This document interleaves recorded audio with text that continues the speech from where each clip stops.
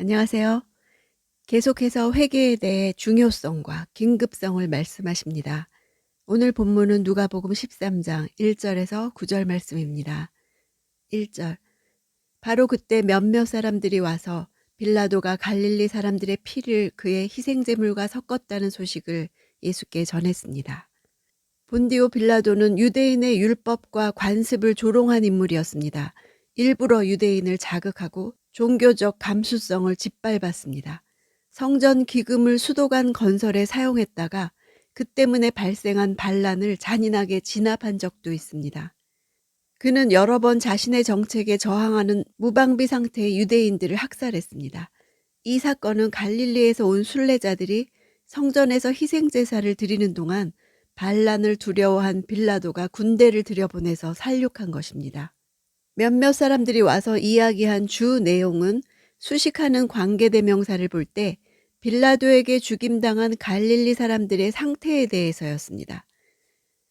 바로 앞절에서 예수님이 시대를 분별함과 하나님의 심판을 말씀하신 문맥 속에서 갈릴리 사람들이 하나님의 심판을 받아 죽은 것으로 생각하고 이것에 대한 예수의 의견을 듣고자 전한 것입니다.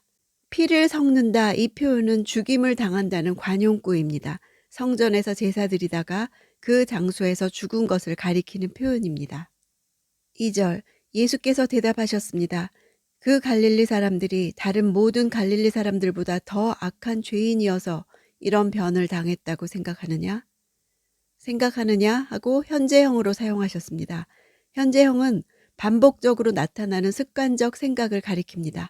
즉, 이 표현은 당시 유대인들이 죄에 대해 가지고 있는 보편적인 생각을 가리키는 것입니다. 어떤 사람이 재난을 당할 때 죄의 결과로만 보는 그들의 잘못된 관념을 지적해주고 있습니다. 신약 성경에서 죄는 여러 가지 다른 헬라어로 표현되고 있습니다. 여기서의 죄는 원래 관역을 벗어나다 이런 뜻입니다. 하나님이 정하신 율법을 어기는 죄의 개념을 말하고 있습니다. 3절. 그렇지 않다. 내가 너희에게 말한다. 너희도 회개하지 않으면 모두 멸망할 것이다. 예수님은 너희도 그들처럼 악하다. 그러니 회개하라. 이렇게 말씀하시는 것입니다.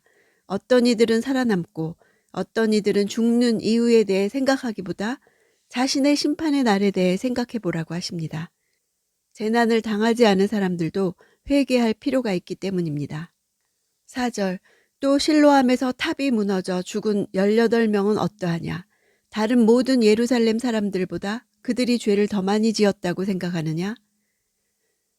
당시 빌라도가 물의 공급을 개선하기 위해서 수로를 건설했는데 이 탑이 무너진 사건은 바로 이 수로 공사와 관련된 것으로 보입니다. 여기서의 죄는 2절과 다른 단어입니다. 이 단어는 원래 빚진 자를 가리킵니다. 하나님께 대한 의무를 이행하지 않은 자라는 면에서 죄인을 가리키고 있습니다. 6절. 예수께서 이런 비유를 말씀하셨습니다. 어떤 사람이 포도원에 무화과 나무를 한 그루 심었다. 그는 열매가 열렸을까 해서 가보았지만 하나도 보이지 않았다. 그 당시 사람들은 종종 포도원에 무화과 나무를 심었다고 합니다. 그러면 포도에도 좋았다고 합니다. 심었다, 이 동사는 수동태 완료 동사입니다.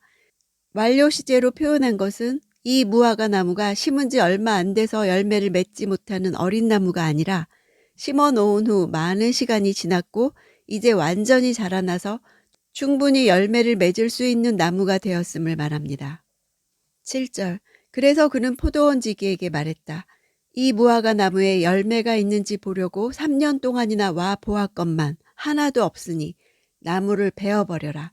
무엇 때문에 땅만 버리겠느냐. 원문으로는 보라, 내가 온 3년을, 이것입니다. 보라를 문장 앞에 사용해서 3년을 강조하고 있습니다. 무화과 나무는 대부분의 과실수와 달리 첫 해에도 열매를 맺고 세 번째 해가 되면 열매를 가장 많이 맺는다고 합니다. 따라서 3년 동안 소출이 없는 나무를 베어버릴 생각을 하는 것은 당연한 일이었습니다. 3년은 완전성을 나타내는 전형적인 셈족 언어 표현입니다. 1년이나 2년도 아닌 3년이란 것은 주인의 인내를 암시하는 것입니다. 이것은 지금까지 심판을 유보하시면서 회개의 열매를 맺힐 것을 인내하며 기다리시는 하나님의 모습을 상징합니다. 하나님께서 마냥 기다리시는 것이 아니라 그 기간을 3년이란 시간으로 한정했다는 것을 보여줍니다. 8절 9절. 그러자 그 종이 대답했다. 주인님, 한 해만 그냥 두십시오. 그러면 제가 그 둘레를 파고 거름을 주겠습니다. 혹 내년에 열매가 열릴지도 모릅니다. 그렇지 않으면 그때 베어버리십시오. 포도원 지기는 예수님을 상징합니다. 하나님의 심판이 예수님의 중재로 유보되고 있음을 보여줍니다.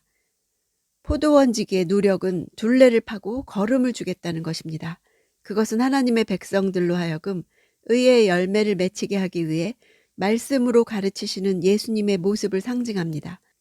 그러므로 거름으로 비유된 예수의 말씀이 전해지는 바로 이때가 구원의 시기라는 것입니다. 혹 내년에 라는 표현은 하나님의 심판이 예수 그리스도의 중재로 말미암아 현재 유보되고 있고 바로 이때 늦게라도 열매를 맺게 되면 하나님의 심판을 피할 수 있게 된 것을 상징적으로 보여주는 것입니다. 또한 지금 여기서 심판받지 않는다고 해서 그것을 자기의 의 때문인 것으로 해석해서는 안 된다는 것입니다. 오히려 심판이 당장에 나타나지 않는다면 그것은 오로지 하나님의 은혜와 자비의 결과입니다. 우리는 주위에서 수많은 사건이 일어나는 것을 보면서 먼저 그들을 비난하면서 우리 자신에게는 어떤 의미가 있는지 생각하지 않습니다. 그러나 예수님은 사고를 당한 사람들이 죄가 더 있어서가 아니라고 말씀하십니다. 내가 너희에게 말한다. 너희도 회개하지 않으면 모두 멸망할 것이다. 예수님이 주목하시는 것은 죽은 사람들의 죄가 아니라 바로 이 사건을 듣는 우리들이라고 하십니다. 서쪽에서 일어나는 구름처럼 남쪽에서 불어오는 바람처럼 비극적인 사건들이 나에게 분명하게 선포하는 것이 있다는 것입니다. 이 사건을 듣고 있는 내가 회개해야 한다는 것입니다.